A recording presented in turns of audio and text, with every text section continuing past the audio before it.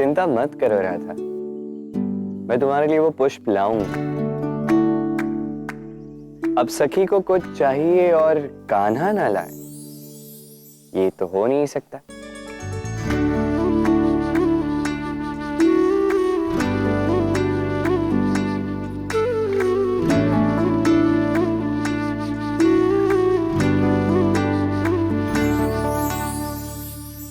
देखा क्या कहा था मैंने, कृष्ण मना नहीं करेगा। यदि वो इस परीक्षा में सफल हो गया तो समझना कृष्ण मुझसे प्रेम करता है। हाँ राधे, मैं तुमसे प्रेम करता हूँ, अनंत काल से करता आया हूँ और अनंत काल तक करता रहूंगा। और इसी प्रेम के लिए तुम्हारा मोह मिटाना आवश्यक है। रुको कान्हा, मैं भी तुम्हारे साथ आता हूं।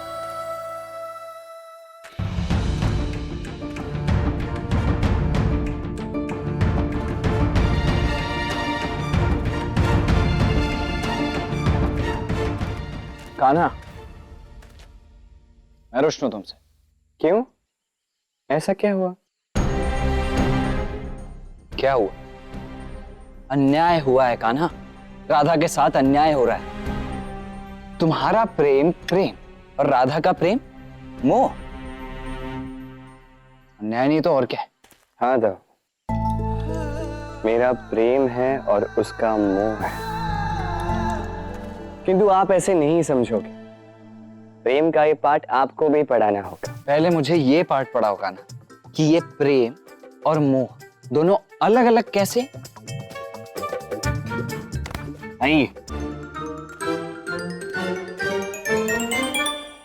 अब आप यहाँ आराम से बैठकर मोह और प्रेम के विषय में मंथन करते रहिए, चिंतन करते रहिए। तब तक मैं अपनी राधा के लिए वो पुष्प लेके आता हूँ।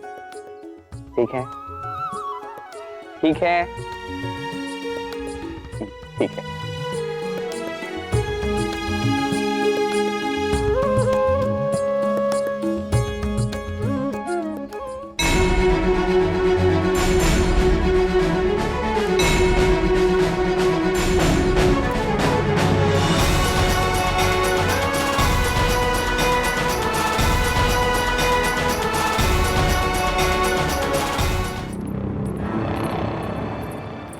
विशाखा,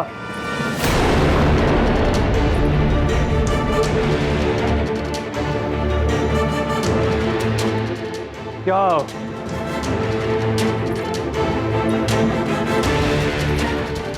वो मैं जटिला काकी से बात करने आई थी, मैं बाद में आती हूँ। बात अधूरी छोड़कर नहीं जाते विशाखा।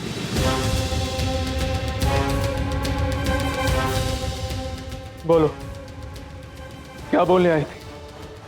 कुछ नहीं, वो तो बस बोलो विशाखा, बोलो। वो मैंने राधा से कृष्ण की प्रेम परीक्षा लेने के बहाने से कृष्ण को उस पर्वत पर भेज दिया है जहां पर जटिला काकी भिजवाना चाहती थी। हमारी सब योजना जटिला काकी के आदेश अनुसार ही हो रही है। क्या?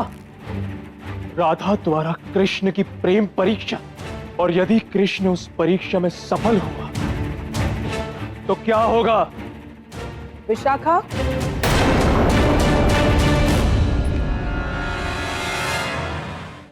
तुम जाओ।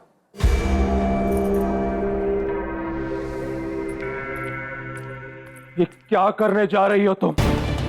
यदि कृष्ण उस परीक्षा में सफल हुआ तो राधा को यह विश्वास हो जाएगा कि वो उससे प्रेम करता है। राधा राधा राधा राधा राधा राधा राधा रखना बंद करो यार।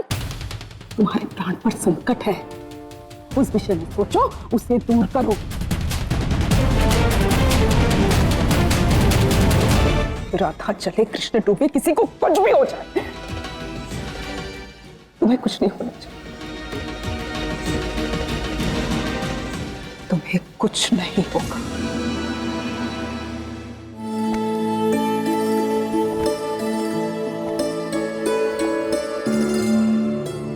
क्या कृष्ण सच में मुझसे प्रेम करता है?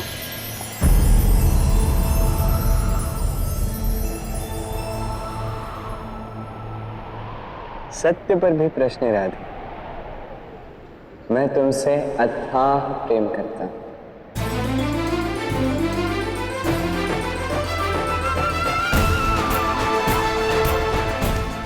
जब कृष्ण अपने प्रेम को इस प्रकार खुल के स्वीकार कर रहा है तो मुझे भी मान ही लेना चाहिए कि मुझे भी कृष्ण से प्रेम है।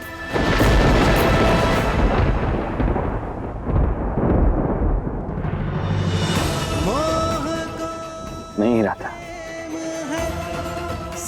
तुम्हें मेरी ओर जो खींच रहा है वो प्रेम नहीं, मोह है।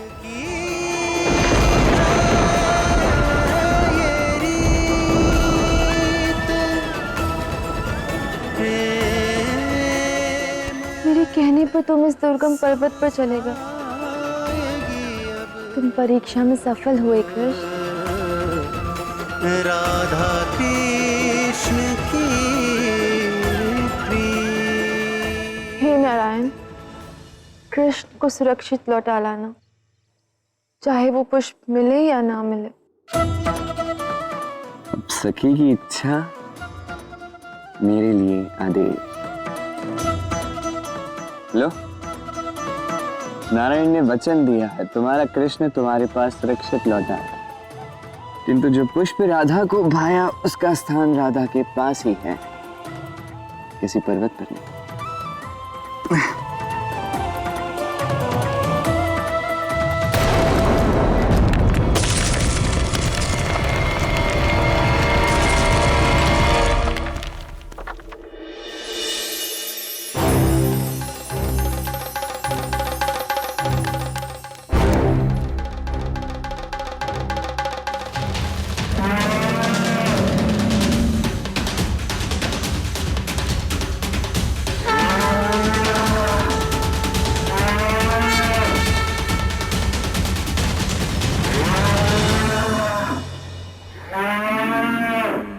शक्तिशाली हो बालक, किंतु अरिष्ठासुर से अधिक नहीं।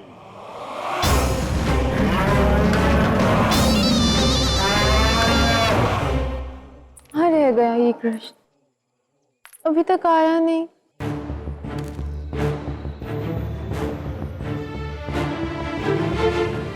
बहुत देर हो गई है राधा, अब हमें भी चलना चाहिए घर। हाँ, बड़ी भूख भी लग रही है। कृष्ण तो सीधे गांव आ जाएगा, हम चलते हैं।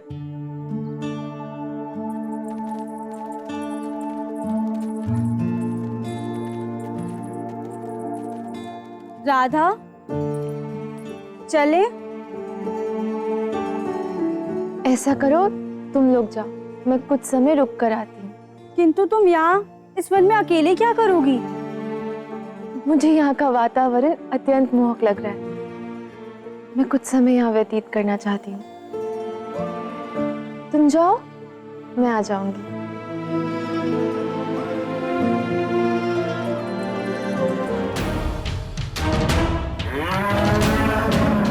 आज तक जितने भी असुर मुझे मारने आए वो मेरे मामा श्री कंस द्वारा भेजे गए थे, किंतु तुम अरिष्टासुर, तुम स्वयं मुझे मारने के लिए इच्छुक थे।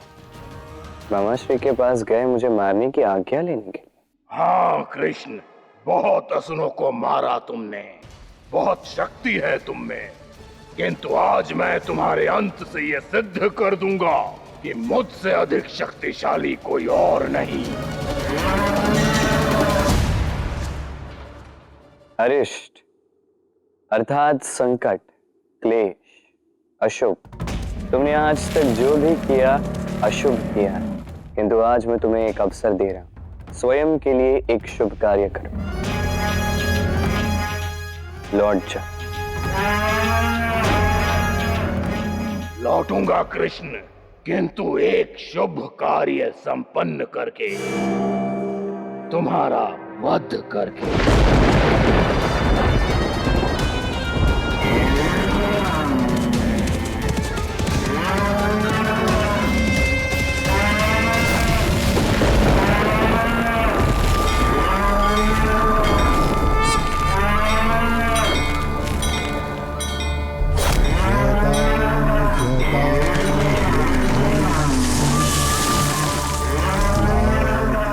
वाले हो ना तुम।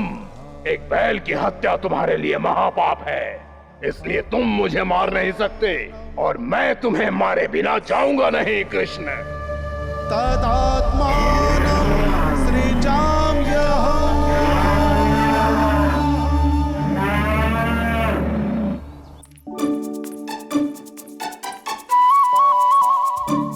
राधा, नए नए प्रेम का आनंद एकांत में बैठकर मीठे मीठे सपने सजाकर किया जाता है, ऐसे इस प्रकार व्यतीत होकर घूमने से नहीं।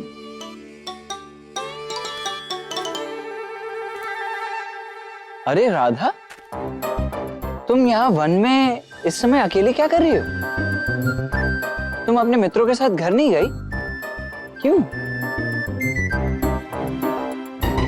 वो क्या है ना कि यहाँ का वातावरण इतना मोहक है, इतना सुखद है कि यहाँ से जाने का मन ही नहीं किया, इसलिए सोचा कि कुछ दिन यहाँ रुक जाऊं। लो, कान्हा कहता है कि ये मोह है, राधा कहती है कि ये मित्रता है। अरे भाई, ये प्रेम है, प्रेम। भला ये कोई क्यों नहीं कहता?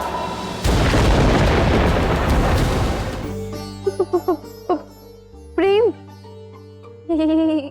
ये आप क्या कह रहे हैं दाऊ? वही राधा जो मुझे कब से ज्ञात है कि तुम कान्हा से प्रेम करती हो ना? करती हो ना?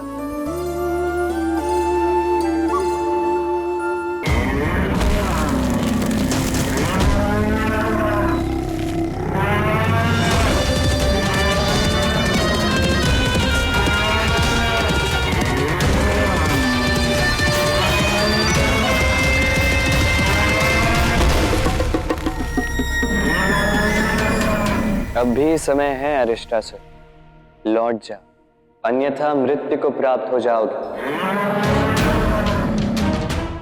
तुमने हस्तिन को भी नहीं मारा था क्योंकि वो बैल था, गौवंश से था।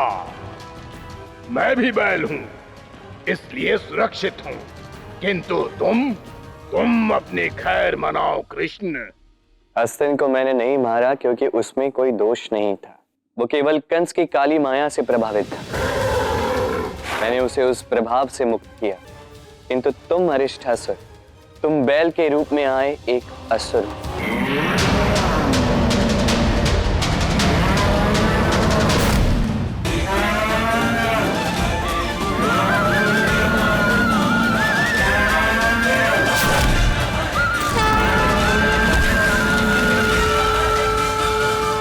गौवंश मुझे प्रिय है और आज तुम्हारा अंत संसार के लिए उदाहरण होगा कि हमारे प्रिय के वेश में आने वाली बुराई भी बुराई ही होती है और इस बुराई का अंत करना ही पड़ता है।